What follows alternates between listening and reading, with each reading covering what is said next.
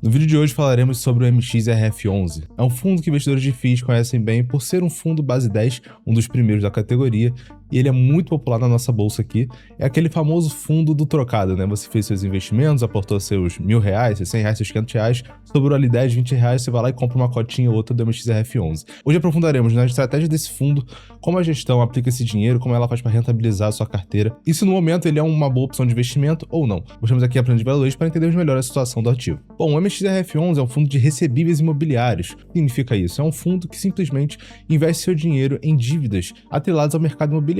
Podemos ver que o fundo entrega um yield de 1,05 ao mês e 12,29 anualizado esse valor, tá bom? Bem abaixo aqui do que seria a taxa livre de risco, está pagando em torno de 15%. No momento atual ele negocia com um PVP de 1,01, esse número varia às vezes para 1, para 1,01, a 0,99, está negociando a 1,01. O gestor é a XP Vista, que é o braço de gestão de ativos da XP Investimentos, corretora que vocês devem conhecer.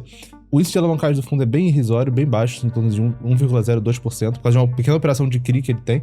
A liquidez diária dele é 17 milhões de reais, ou seja, é um fundo bem líquido comparado com, por exemplo, o último que a gente trouxe aqui, que tinha em torno de 2 milhões por mês, que era o CXRI11. É um fundo assim que ele é muito negociado por ser base 10 e por ser muito famoso por ser um dos primeiros nessa categoria. Número de cotistas aqui, a gente vai aprofundar um pouco mais nisso.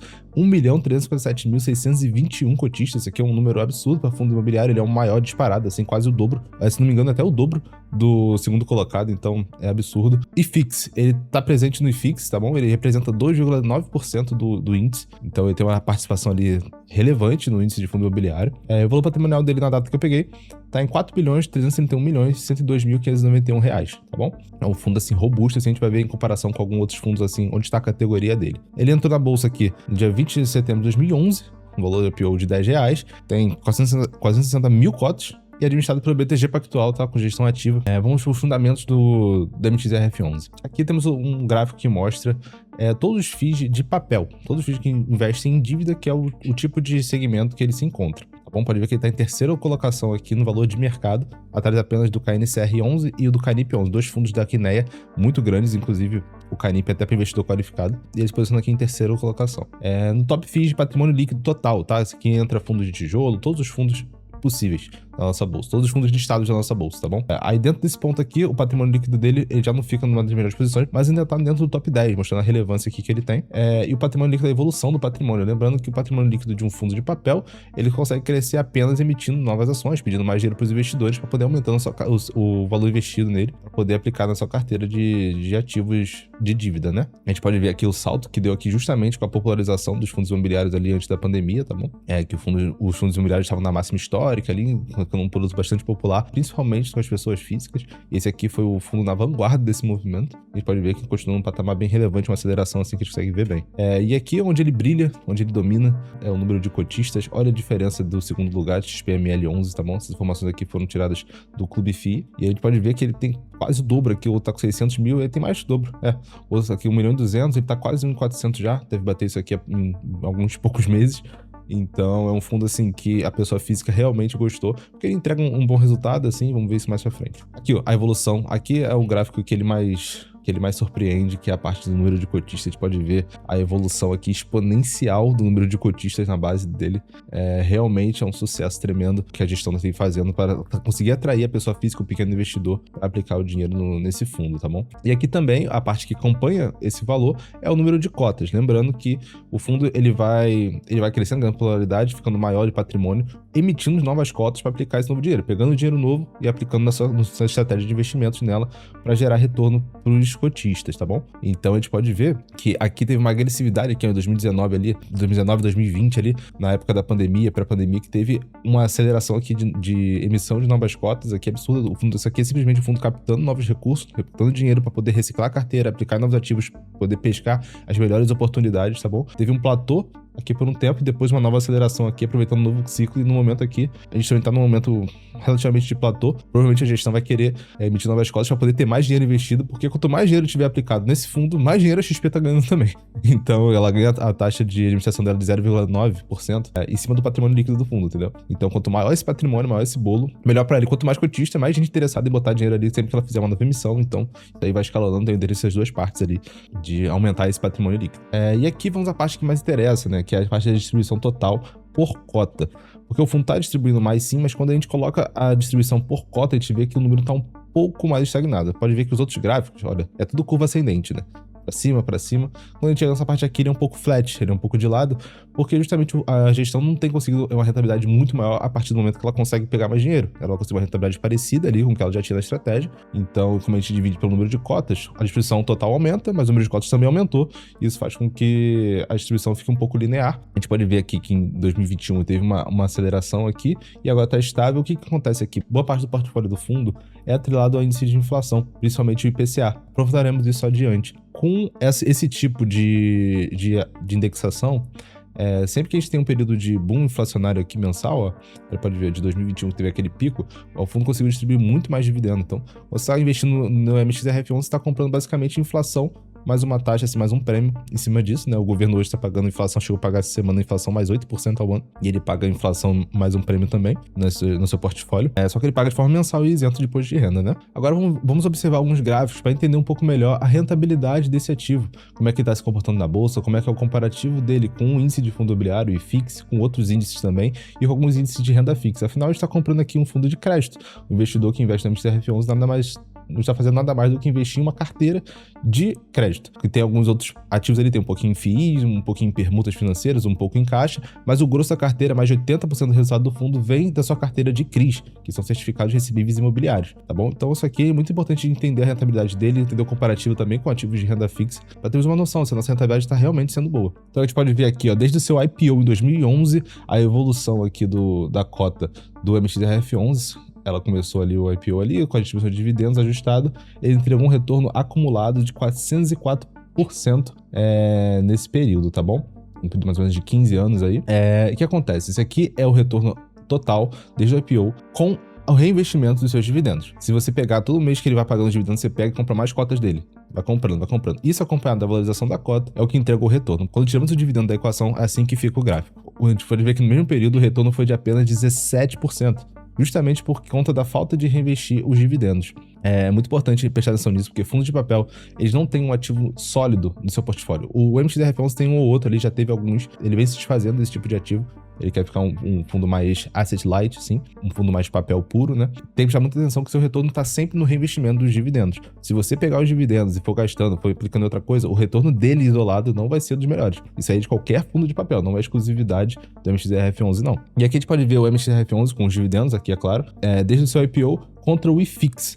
Tá bom? No mesmo período, pode ver que ele ganhou de lavada do IFIX, porque boa parte do IFIX também tem fundo de tijolo, né? Que no período, assim, com a inflação alta desse jeito e a Selic alta desse jeito, fundos de papel tende a dar uma descolada e esse ciclo provavelmente está se invertendo, então tem que ficar ligado. A gente pode ver aqui eles agora sem o dividendo. Então a gente pode ver aqui no período de 5 anos, o MXRF contra o IFIX tá ganhando bem também, o dobro da rentabilidade praticamente todo o período, com exceção ali de 2022, ganhando do índice, batendo com muita vantagem o índice de fundo imobiliário.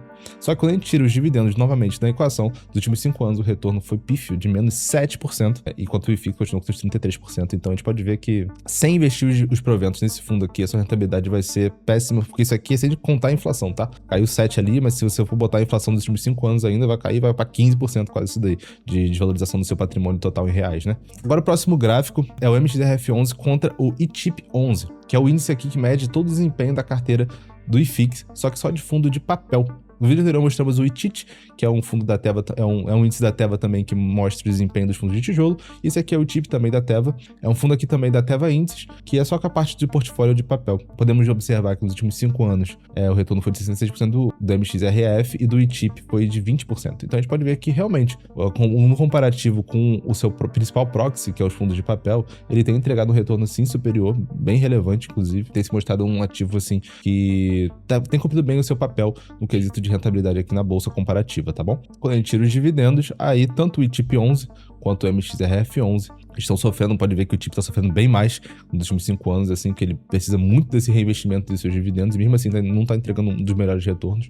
E o MXRF11 também, como a gente já viu, o retorno de menos 7. Isso aqui, lembrando, sem considerar de valorização do seu dinheiro pela inflação, então a figura é bem mais feia, por isso que fundos de papel tem que ter muito, muito cuidado com a alocação, porque boa parte das vezes não vale o risco que você está correndo. Imagina só, você vai ganhar um retorno hoje um dividend yield médio de 12%, 13%, 14%, dependendo ali de como foi a inflação no ano. E um CDB do Itaú, do Santander, do Bradesco, que seja, vai te pagar 15% com um risco muito menor, muito mais controlado. Então você tem que ter muito cuidado com onde você está comprando, como é que você está comprando, como é que é o portfólio daquele ativo, se está descontado, se está em um upside bom, como é que está o valuation daquele ativo, tá bom? Agora esse outro gráfico aqui é diferente, ele compara o MXRF11 com outros fundos de renda fixa, tá bom? Esse B5P211 é a inflação curta, tá bom? É o ETF do Itaú, que pega vários títulos do governo atrelados à inflação de curto prazo. O IRFM11 é a mesma coisa, só que com fundos de pré-fixados, tá bom? E o IB5M11, que é o principal proxy aqui, que é o principal proxy para fundos imobiliários, porque ele mede inflação de longo prazo, são títulos de longo prazo atrelados à inflação do governo. Só títulos públicos que a gente pode ver que nos últimos 5 anos, o MXRF11 tem sido um ótimo investimento para aqueles que querem bater a renda fixa. Lembrando, investindo sempre os dividendos, ficando ali na frente de praticamente todos os índices a maior parte do tempo. Só que a gente não pode esquecer que há volatilidade muito maior no MXRF11, tá bom? Principalmente em relação ao B5P211 e ao IRFM. E aqui, quando a gente tira os dividendos, só pra gente poder ilustrar bem esse argumento, o fundo é uma rentabilidade patética. Os outros ali, eles não tiram o dividendo, tá? É só o MXRF11 que tá sem, porque eles são ETFs, né? Então o retorno já então os dividendos já são aplicados automaticamente. A gente não consegue ver eles ajustados aqui. Podemos observar que os dividendos são realmente cruciais para esse tipo de investimento. E aqui em comparação com um LFTS11, que é um fundo ali que tenta replicar o CDI ali, a gente pode ver que também o fundo tem ganhado bem, mesmo com o CDI alto assim no último ano, né? No último ano o fundo tem ganhado bem, entregando 18% de rentabilidade. E quando a gente tira os dividendos, olha o que acontece. A rentabilidade do MXRF11 vai lá para baixo, 4% ao ano. Imagina só, uma taxa livre de risco pagando 15%, e se você não reinvestir os dividendos, seu retorno seria, somente pela valorização da cota, seu retorno no ativo seria de apenas 4%. Então a gente pode ver aqui que, sem dúvida, já deve ter entrado na sua corrente sanguínea, que investir os dividendos nos fundos de papel, reinvestir os dividendos nos fundos de papel é o que faz a estratégia fazer sentido. Então não esqueça de fazer isso com seus investimentos, tá bom? Observar bem a sua carteira de fundos de papel. E aqui, como eu falei, a parte negativa dele é que ele tá ali, é um fundo listado, é um fundo até com bastante liquidez, mas ele sofre sim volatilidade. A gente pode ver aqui, teve quedas aqui de 2014 e 2020, aqui quedas de 36% e 38% respectivamente na crise da Dilma ali em 2014, que 2014, que a crise da Dilma, ele caiu bem aqui, que é mais de 35% de queda, aqui também chegou a bater 38% de queda também no auge da pandemia. Mas fora isso, tirando esses picos, esses momentos de maior crise, menos liquidez também, o mercado era um pouco menos líquido do que é hoje, inclusive, mas quedas como essa, assim, em momentos de crise não são incomuns. Tá bom? Então não esqueça, isso aqui não é renda fixa. Você vai ver sim a oscilação. Renda fixa também oscila, mas não é o ponto agora. Mas aqui você vai observar essa oscilação de forma bem clara, tá bom? E a volatilidade dele também nos períodos de crise, a gente pode até observar aqui uma curiosidade aqui, bateu 40%, mas na pandemia, diferentemente do drawdown, né, que bateu ali parecido, aqui a volatilidade do fundo estourou na pandemia, né, muito por conta da falta de liquidez, que foi um período bem mais complicado, assim. Que a gente já tava esperando essa crise há muito tempo, pode ver. Isso aqui foi um pico do nada. E a volatilidade dele é bastante alta aqui. Pode ver que a volatilidade dele chegou a bater 60%, mas em geral a volatilidade dele também não é das mais baixas, fica em torno ali de 15%, entre 10% e 15% aqui, tá bom? Para entendermos melhor a volatilidade do ativo, é muito bom compararmos com alguns indicadores de renda fixa e também de renda variável, tá bom? Peguei alguns proxies aqui que fazem sentido, por exemplo, os títulos do Tesouro Direto de inflação curta, nos 24 meses apresentou uma volatilidade média de 2,8%, de inflação longa de 8,25% e o MXRF11 bateu 9,41%. Aí para comparar também, coloquei um de renda variável, que seria o IDIV, né, que é um fundo, que é um índice que pega as empresas maiores pagadoras de dividendo ali, para você que quer ver de renda, acho que faz sentido a comparação, tem um resultado de 13,06. Então ele não é nem perto. Podemos falar que ele não é tão seguro quanto um título do governo, Tesouro Direto, mas também não é tão arriscado como uma empresa listada em bolsa, tá bom? Porque ele posiciona no meio termo ali nesse quesito. Agora vamos à parte do portfólio do MXRF11, a parte mais importante para entendermos de onde vem o retorno. Ele pega o dinheiro, aplica nesses ativos seguindo uma estratégia. Vamos ver se essa estratégia está fazendo sentido observando o portfólio do fundo. Que é o patrimônio do fundo por estratégia, tá? 78% desse verdão aí é tudo em CRIs, 14% em fundos imobiliários e 6,4% em permutas, tá bom? Composição da receita aqui, ó, podemos ver que a parte de CRIs, ela tem crescido e a parte de permutas tem diminuído, tá bom? Aqui podemos ver que 85% da receita dele vem da carteira de CRIs. É nessa parte que precisamos prestar maior atenção na hora de analisarmos o MXRF11. Vamos olhar rapidamente a carteira de permutas, a carteira de FIIs e, por último, a carteira de CRIs. Aqui é a carteira de permutas, tá bom? A gente pode observar aqui que o maior ativo tem menos de 1,8% do patrimônio líquido do fundo. Então aqui é um fundo bem diversificado nesse sentido. Essa carteira aqui tem uma TIR aproximada de 14% ali perto disso. A carteira de FIIs, a gente pode ver aqui também que é bem diversificada, por uma posição em LPL 11, que com um pouco mais de 3,5%, depois GARI 11 e HGRI 11, são fundos assim que em si também são bem diversificados, tá? Esses fundos que estão com tracinho aqui são fundos não listados, que aí o nome dele é gigantesco, são fundos C-tipados, mas também não são fundos que têm menos de 1% de relevância no patrimônio líquido, tá bom? E agora vamos para a parte mais importante da análise, que é a carteira de CRIs. Podemos observar que é uma gama bem diversificada de ativos, batendo ali 3% um pouco mais de 3% de maiores posições, mas com bons pagadores até, não são dos melhores assim, tem alguns títulos outros ali que são de risco moderado ali, não são todos AAA não, são ativos que com a queda da taxa de juros e com o arrefecimento da inflação tendem a não dar dor de cabeça. Espero que não dê dor de cabeça para o investidor. E aqui conseguimos observar de onde é cada emissor desse CRI, em qual setor da economia estamos recebendo dinheiro investindo no MXRF11 através dessas dívidas. Aqui nesse gráfico é bem interessante que a gente consegue observar de qual setor da economia está vendo o retorno do dinheiro que estamos emprestando. Pode ver aqui 32% do imobiliário residencial, que é muito comum, varejo alimentício com 20%, varejo normal com 10%, shopping 6,9%, properties 6% também, e agronegócio em 5% e outros ali diversificados em 18%. Pode ver que então ele tem uma diversificação de fontes de retorno também bem interessante. Essa próxima parte também precisamos prestar bastante atenção, que é o porquê que a rentabilidade dele varia tanto, porque em alguns momentos ele rentabiliza muito bem a parte de entrega de dividendos, porque em outros momentos não. A gente pode ver que tem 13% da carteira atrelada ao CDI, 86% atrelada ao IPCA, 0,03% ali um quebradinho no IGPM e 0,12% em prefixados. Então a gente presta atenção só no IPCA e CDI. Então, IPCA subindo, inflação subindo, é ruim para você, é ruim pro seu bolso, mas é bom para que se você estiver investindo no MXRF11, que você vai entregar mais dividendos, aumentar sua ativa, aumentar seu retorno. E um pouco atrás do CDI meio que funciona como um hedge ali, que a inflação agora está em 4 e pouquinho, o CDI está em 15. A ideia é que haja um arrefecimento da inflação e também da taxa de juros, né? A gente espera os dois em queda. Então, dado o cenário atual, é esperado uma queda dos dividendos, tanto por parte da indexação PPCA, tanto por parte do CDI, para o próximo ano. Só que a economia aqui no Brasil é um absurdo, né?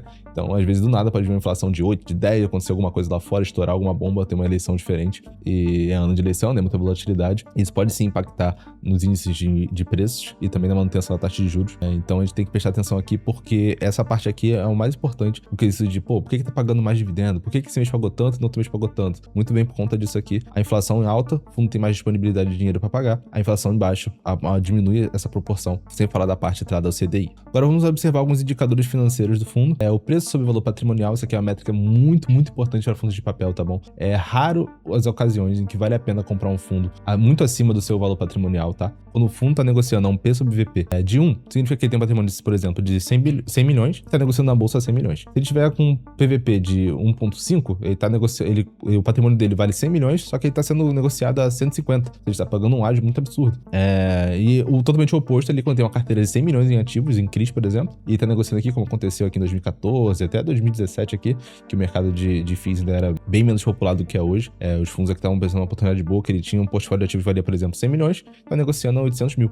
No fundo, 100 milhões está negociando aqui a 80 milhões, tá bom? A gente pode ver aqui que acompanha a euforia do mercado aqui. Quem comprou isso aqui é um outlier aqui, e aqui também 1.4. Quem comprou aqui provavelmente não tá muito feliz até hoje, porque o retorno esperado dele a partir desse ponto aqui já fica muito, muito baixo. E o próximo aqui é o que o gráfico que o pessoal mais gosta, que é a parte do dividend yield mensal, tá? Aqui é quanto foi o dividend yield de cada mês do fundo desde o seu IPO. Podemos observar também que ele é bem errático aqui por conta dos fatores que eu mencionei relacionados à inflação e também à taxa de juros. Tivemos alguns momentos aqui acima de 1,20%, mas são raridade. A maior parte do tempo aqui o fundo fica entre 0,60%, 0,80%, em torno de 1% agora, que é que ele tem negociado ali. Então, sobe um pouquinho acima de 1%, um pouquinho abaixo, tá bom? Então o retorno esperado que ele deve ter é justamente em torno dessa faixa aqui para o próximo tempo, talvez até caindo um pouco para essa região, dadas as perspectivas futuras para a inflação e para a taxa de juros, tá bom? E temos a evolução do QI mensal, de 2019 a 2025, tá bom? Tanto da receita, como das despesas do fundo, como do número de cotas e também da distribuição por cota. Podemos observar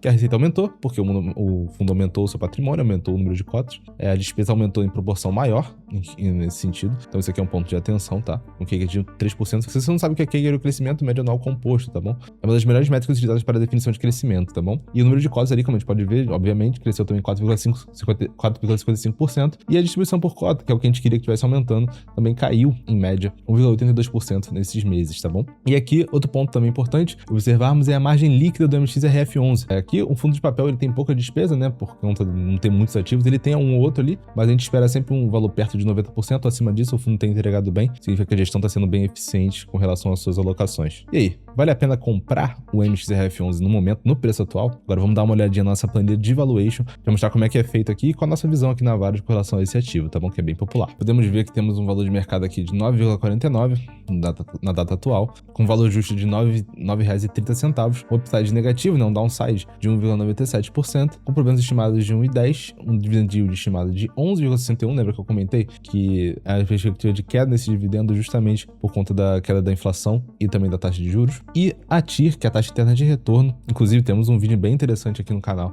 sobre TIR, tá bom? Vale a pena conferir. Em 11,38%. Por exemplo, comprando fundo, investindo no fundo no valor atual de 9,49, você vai ter um retorno médio esperado ali de um pouco mais de 11%, tá bom?